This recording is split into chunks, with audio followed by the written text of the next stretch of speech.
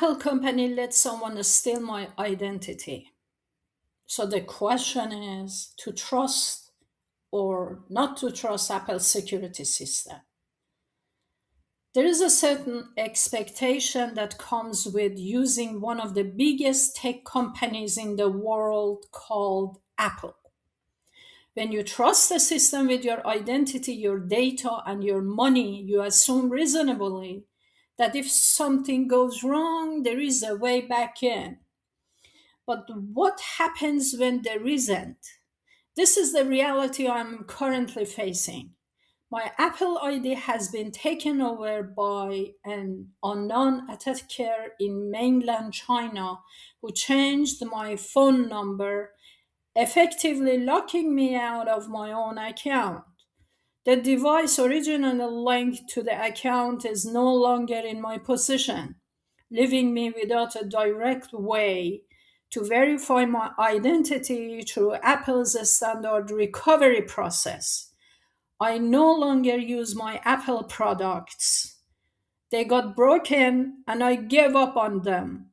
And that's where things start to fall apart. Apple's account recovery system, the link account.apple.com, is built around trust. So when you try to sign in, specifically trust in a phone number, in theory, this adds a layer of security, right? Well, in practice, it becomes a single point of failure because once that number is changed by an attacker, the system continues to rely on it, even when it no longer belongs to the rightful owner. So if you enter your email, it still asks the phone number, which is hacker's number. Every attempt to reset my password leads back to the same dead end. Verification through a number I don't control. The system doesn't adopt. It doesn't recognize the red flags. It simply shuts the door. While locked out, I've had to watch from the sidelines as the attacker actively uses my Apple ID and my name to make purchases under my name.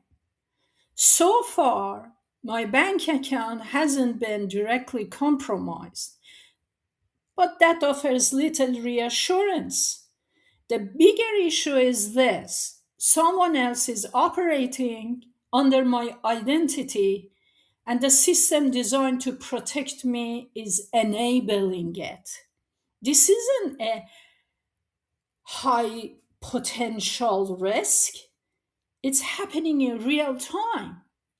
In an effort to regain control, I contacted Apple support twice. The first interaction with an advisor based in India led nowhere. No reset, no recovery, no escalation that produced results. The second time with an advisor in Oslo, Norway, named Tommy, was no different. I bought my Apple iPhone years ago in Norway, despite clearly explaining that my account had been taken over and that unauthorized activity was ongoing. The outcome remained the same: no access, no resolution. At no point was there a clear path forward. So, what makes this situation particularly concerning is not just the breach itself, but how difficult it is to recover from it. Reports suggest the attacker is operating from mainland China, potentially using foreign or even US based numbers to facilitate the takeover. Regardless of how it was done, the result is clear. They were able to gain control, alter key security details, and lock out the legitimate account owner. And once that happens, the system appears to favor the attacker. That raises a serious question. Is the security system actually protecting users? Or is it simply rigid to the point of failure? When I searched online, I saw many Apple products users got the same issue. A Chinese changes their phone number and takes over the Apple account. Apple has built its reputation on privacy and security. For millions of users, that trust is a given. But trust isn't just about preventing breaches, it's about what happens after one occurs. Right now, I remained locked out of my account while unauthorized activity continues under my identity. Despite reporting the issue and following the prescribed steps, there has been no meaningful resolution. And that's the real issue.